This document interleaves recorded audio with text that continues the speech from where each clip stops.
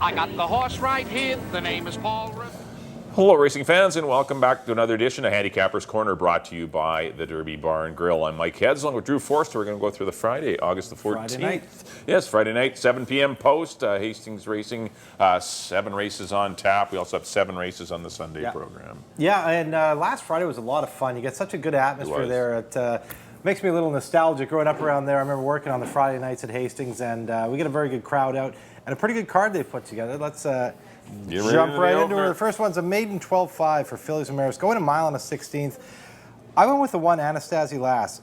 She had to run against the boys last time to finally get a long race to go, as we've had a lot of troubles getting long races for maiden fillies and mares to go.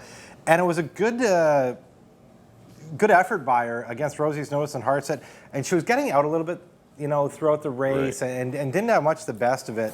Now in against her own sex, going long, I think she can make the lead. Antonio Reyes rides for Dave Forster. I think she is the one to beat in here. I put Shayla's Rose in the second spot. Her effort back against Bubbly on Ice going long was very good. Bubbly on Ice fit in the 12-5 category, so the fact that that was an 8 doesn't really scare me off of her, because that was basically a 12-5 horse that she ran into there and put up a stubborn fight. That was her only effort going long, so she can run long. And the other one, for me, is the 3, Rio Hana, dropping out of the maiden 25s. Another one that wants to go long. She's the Sun Gold out of a Finality mare. She's going to like the distance as well. The only time that she ran long was in the Fantasy last year, which was a broken race because there was horses down and whatnot. But Barb's numbers going long are always very good. So I went 1, 4, and 3. Yeah, I got the same 3. I put Rio Hana on top. This out of a stakes winning dam. Rosada was a nice 2-year-old. Actually, Mario Gutierrez won a stake on Rosada as a 2-year-old. She did run third, I believe, on BC Cup Day, going a mile and an 1/8. So there is some distance in the pedigree. Rio Hana was actually in a couple weeks ago and scratched or 3 weeks ago. She was in against the boys and got scratched in the gate, and that's right. She was in, but she's obviously over that, and she gets Amadeo Perez. I like that, and she's not facing a super tough group. I think Rio Hana on the stretch out going to be dangerous. I agree with the one Anastasia Lass. Ran against the boys last time. The pace was slow. The final time was slow, but still, she was, as you mentioned, getting out a bit on the turns. And actually, her and Rosie's Notice are both pushing each other out a bit. But Anastasia Lass looks as good as anything in here. And I put Shayla's Rose, I agree, in for third. I mean, those are your 3 horses. I went 3, 1, and 4. In the Friday opener, on a race number 2, a field of 5 again, 12 $5,000 sprinters going 6.5 furlongs. And this is 12-5. They don't come up very easy. This is pretty salty. When you drop in for 12-5, you hook in a couple stakes winners. Go for Guinness, nice horse. Bear Rock and Roll has won 1 million races. Tracker. I went to Tracker. I think you'll appreciate the cut back to a sprint after carving some very lively fractions going along and absolutely faltering badly down the lane. But class drop, distance cut back. If you can still run, Tracker for me. I put the 4-horse Bear Rock and Roll in for second. He's a cool horse. He always runs good races. He's probably the most consistent horse. And if Go for Guinness and Tracker, which they obviously aren't at the best, they're in for 12-5. But they're vulnerable. That's what worries me is if they go again, right? It definitely sets up for Bear Rock and Roll. Yeah, Bear Rock and Roll will be your horse, and Go for Guinness for me for third. Or actually, I put Street Map in for third. I think this horse might be able to benefit from a pace duel and might be able to catch part of the try. But I do like Tracker. Bear Rock and Roll for me, it's just really close between those two, and then it's a gap back to Street Map. But I went 5, 4, 1.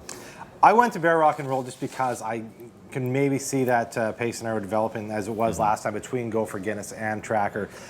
If Tracker doesn't, I put Go for Guinness in the second spot. Maybe the fact that Tracker doesn't go with him, or they don't go crazy on the head end. Pedro's on Tracker, so he's probably going to go. He will be in play anyway. He will be lapped on. And I'm not saying he's going to go head to head, but he will be within right off of him because he's on his outside. Go for Guinness's boot. So he's on his outside. Yeah. I put Go for Guinness in the second spot. I think it cut back to a sprint. His 2 sprints this year were very good, where he just got beat in neck. His first went out by Brass and Gold and Taylor Steele, and ran back and led the whole way, only getting 2 lengths by Slice of Red, Twist, Grips, Commander. Tougher horses. Right. Then he went 2 long ones. Now he cuts back. I like that angle with Go for Guinness, and I put Tracker in the third spot. I could see those in any order. I mean, of the 5 in here, it's a pretty evenly matched field. But I did put Bear Rock and Roll on top. I think he will benefit from a fast pace.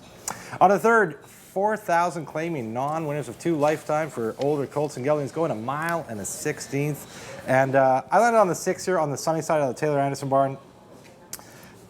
2 tries at the distance in his, well, he's run the distance a lot, but most recently he's got 2 in a row. One was beaten neck by Oscar Ward, very unlucky to lose that day. And then he came back and ran into Wee Harry, who just ran away from him, but did very good to hang on for a second after that. The horse goes smoking by you. Not to totally just lose all your action and fall apart. He hung on for a second, puts the blinkers on. Pedro Alvarado sticks with him. I got him on top. Put Marouk in the second spot. Just broke his maiden, then went into the very tough BC Cup Marathon. He'll appreciate the easier company. And Fixed Bayonets, claimed by Nancy Bett. She's done very well off the claim this year, off Steve Henson. And another one that's kind of been knocking on the door here in these long races. But it was between, I really like On the Sunny Side here. He's my single here. I went 6, 5, and 4. Yeah, I've got the same 3, but I do like Marouk. I really like Marouk's maiden score. And then came back in a way too tough. Those horses to be 1 to 9 in here. I'm Big Trouble. Peyton's Texas Bucket. Those are way better horses. Those are way. I know that race was muddled anyway, but I mean, it was Marouk. I think is the best horse. On the Sunny Side, I don't know why the blinkers are on after start 16 or 18, whatever it is. But it's perhaps moving forward, we'll see. But I think they would have been put on at some point before his career, but maybe they're trying to grab at something, and but he's I just hope he re-rides. If that horse runs this last race back, blinkers no blinkers is going to be tough, and doesn't need to really move forward. But Marouk, was unlucky to draw Marouk in here, and I put Fixed Bayonets off the claim. This horse had a couple of brutal. This horse has suffered from some tough trips. Yeah, he's not the Fixed luckiest Bayonets guy. will get a little better journey, I think, in this one. So I went 5, 6, and 4. In the third, on to the fourth race, starts off your late pick 4, $25,000 fillies and mares going 6.5 furlongs. Ended up on the 5, Hidden Harbor, reunited with Amadeo Perez. Yep. I think this horse will be dangerous on the head end.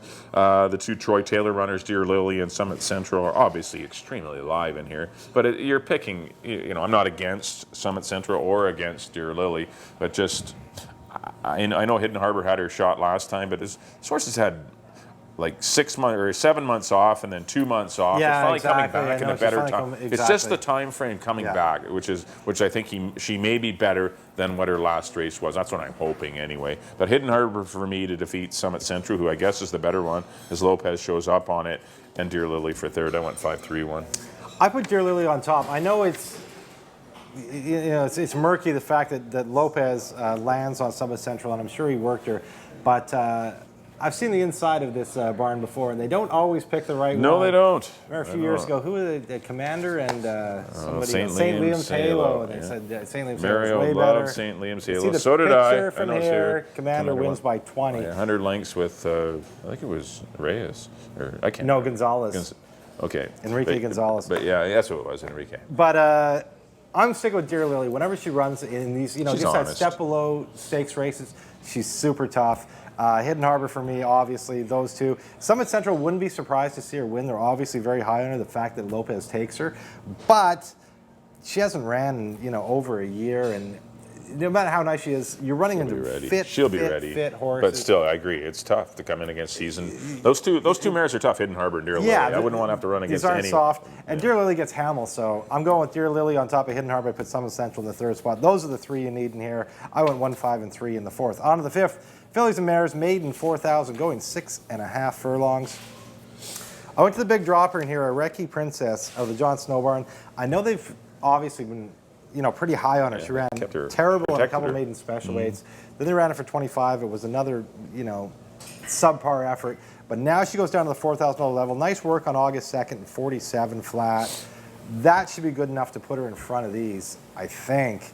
If she can show any of that talent, and I like the fact Pedro Alvarado sticks with her. I put the One Remarkable Lady, claimed last time by Mike Anderson, who's having a phenomenal year. He's very good off the claim as well, and nice work back on August 9th at 47 and 3. Hamel goes with her, another logical horse in here. And for my wild card, old Rob Mabin's Queen of Bar I put in the third spot. Finished third last time in a softer race than this, I think. But definitely the one I liked the most out of the rest of them. I went 4, 1, and 2. Yeah, I ended up on the 6th horse, Storm and Angel, shortening up off, I thought, a very good mile 16th race behind Cute Little Vixen and Bayes Gal, who we'll see Bayes Gal on Sunday. Weekend, but just maybe the mile 16th was too far for her. Made a good run, though, and I just thought time was pretty good for those kind of horses. Looks like there's going to be a lot of speed. I wanted an off-the-pace horse in this race. Remarkable Lady's going. Lady Oka's going. She's fast, 21 and 4. Iraqi Princess is fast. Authority Taken's fast. And Rocket Stars. There's a lot of speed in this race. I just wanted someone to come from off the pace. And the pickings are slim, but I mean, I'm going to try the 6 horse at the right price. And Amadeo rides off the pace horses as good as anyone. So I'm going to try Storm and Angel on the cutback. I agree with the 4 Ricky Princess. That's the horse to beat. If this horse can run like wake up at like to its works earlier this year, this horse is going to win by 10. If she can get out in front and just work. Then she's probably long going to gone. win. Yeah. And I agree with Remarkable Lady off the claim. Good work, shortening up to 6.5. Mile 16th. She's bred to go long, but I didn't think, looking at her, she would like a mile 16th. It wouldn't move her up anyway. Yeah. And it didn't. And she returns to a sprint. I went 6, 4, and 1, but good little race that could find some value in there. It'll be interesting to see. On to the 6th race. $4,000 claimers going 6.5 furlongs. Wow, we got a horse coming back in a week in Bluegrass Pride, taking a big tumble. And plunging. I liked him for 25. I guess I better like him for 4. I think you have to pick him for 4. I got to pick him for 4, and I am picking him for 4,000. Pedro Alvarado rides for Rosie Anderson. This horse, I know I wasn't crazy with the way the horse ran. I was getting out a bit on the turns, but yeah, and he got soft fractions. Like they went, it was getting out though. It was There's like an issue. 25 and 49. But still at this level, this horse should be able to gallop around there in the middle of the track anyway. I put the 6 horse Cowboy Commander, who's dropping out of those the starter series. Ran a big one too back behind. Horse is running good races. He'll appreciate the $4,000 horses. And I put the 2 Broward County, a good runner-up effort last time to Roy's Dream, battle on the pace a bit, but I guess he was the 3rd best for me. But 3 and 6 for me, or the 3's a miles the best. Yeah. And then the 6, and then the 2. Like there's big gaps between the 3 of them, but I went 3, 6, and 2. I got 3 on top. I went 2 in the 2nd spot, Broward County. I like the fact that Hamill sticks with him. He's knocking on the door at this. Yes, he is. Who would have thought Broward County's getting beat by Chapel Boy and Rory's Dream? Maybe now in his 3rd start, he gets back to his old self a little bit. That's, for me on paper, the only one that could threaten Bluegrass Pride in here would be if Broward County, because he has some back class.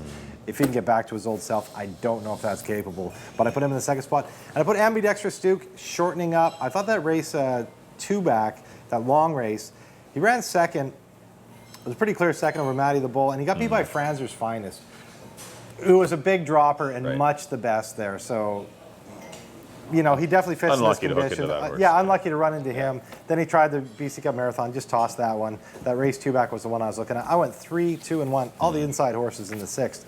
On the 7th, 3 olds it up, claiming 4,000. Non-winners of 3 lifetime. Field of 7, going 6 furlongs. I went to the 3, the Rob Van Overshot horse here at the Ritz. I know he just did get his non-2, but I thought he did it pretty nice. 118 and 3 is a decent time for these kind of horses. If he can run back to that, I think he'll be tough. Put Matty the Bull in the 2nd spot. When you go back to his sprints, he was running pretty good sprinting.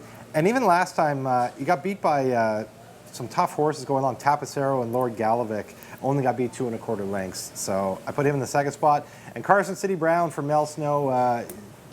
He's kind of a cool little guy that keeps knocking on the door here. And I think one of these days he's going to break through. I put him in 3rd spot. With new rider, who's that? Sal? I have no idea. Morales. S. Morales. Welcome to Hastings. We will find his first name eventually. But yeah, nice bug kid, obviously brought in probably by Wayne Snow. So be good, interesting to see. We need a bug boy, and it's nice. Bugs have always done very well here. That's a great play. You get a lot of weight, and if you can do the weight, then you're going to do good here. Especially at the tail end of the year when all the mile 16. Yeah, exactly. When we start going long. So I went 3, 5, and 1. I have the same 3. I went to Carson City Brown on top, though. I think this is the lone speed. With the bug boy. With the bug boy. I love him, Morales. And he looks like he's found a paceless race. There's no speed in here at all. Who's going to go with Carson City Brown? I can't see anyone. I know the horse isn't as good as he was last year, but still he must be good enough to maybe beat this field when left alone on the head end. I liked at the Ritz last time. I thought he would get a favorable pace scenario. He got it and he won, but I just don't see the pace scenario being as favorable, and he will be a lesser price. And I put the 5 horse Matty the Bull in the works. I don't mind this horse at all. He always pretty honest horse for Steve Henson, so put that one in. He's another one, kind of an unlucky guy. He doesn't get the best trip. Yeah, that's the thing when you're an off-base horse. It's always a little difficult. I went 1, 3, and 5 to close it out on the Friday night program. Well, that'll do it for our analysis of the 7 race August 14th program. Next up on screen, here we go. Here come the selections for Mike. Back in race number 1, I went to the 3, Rio Hana, 3, 1, and 4. Race number 2, I went to the 5, Tracker, 5, 4, and 1. The 3rd race, I went to the 5, Maruk, over the 6 on the sunny side, and the 4 fixed bayonets. In the 4th race, went to the 5, Hidden Harbor, 5-3-1 Lots of for me. fives. Yes, got lots of 5s. 5th race, went to the 6, though, Storm and Angel, and my price play of the day, I went 6-4-1. Race number 6, the 3, Bluegrass Pride, taking a big dip in class, 3-6-2. And in race number 7, I went to the 1, Carson City Brown, I went 1-3-5. Up next will be my picks. There we go. In the first, I went to the 1, Anasazi Lass, over the 4 and the 3. In the second, I went to the Tough Old Guy, Bear Rock and Roll, number 4, over the 2 and the 5. In the third, I went to the 6, On the Sunny Side, over the 5 and the 4. In the fourth, number 1, Dear Lily, over Hidden Harbor and Summit Central. In the fifth, I went to the 4, Ariki Princess, over the 1 and the 2. In the feature of the 6th, I agree with Mike on number 3, Bluegrass Pride, over the 2 and the 1. And in the nightcap, the 7th, I went to the 3, At the Ritz, over the 5 and the 1.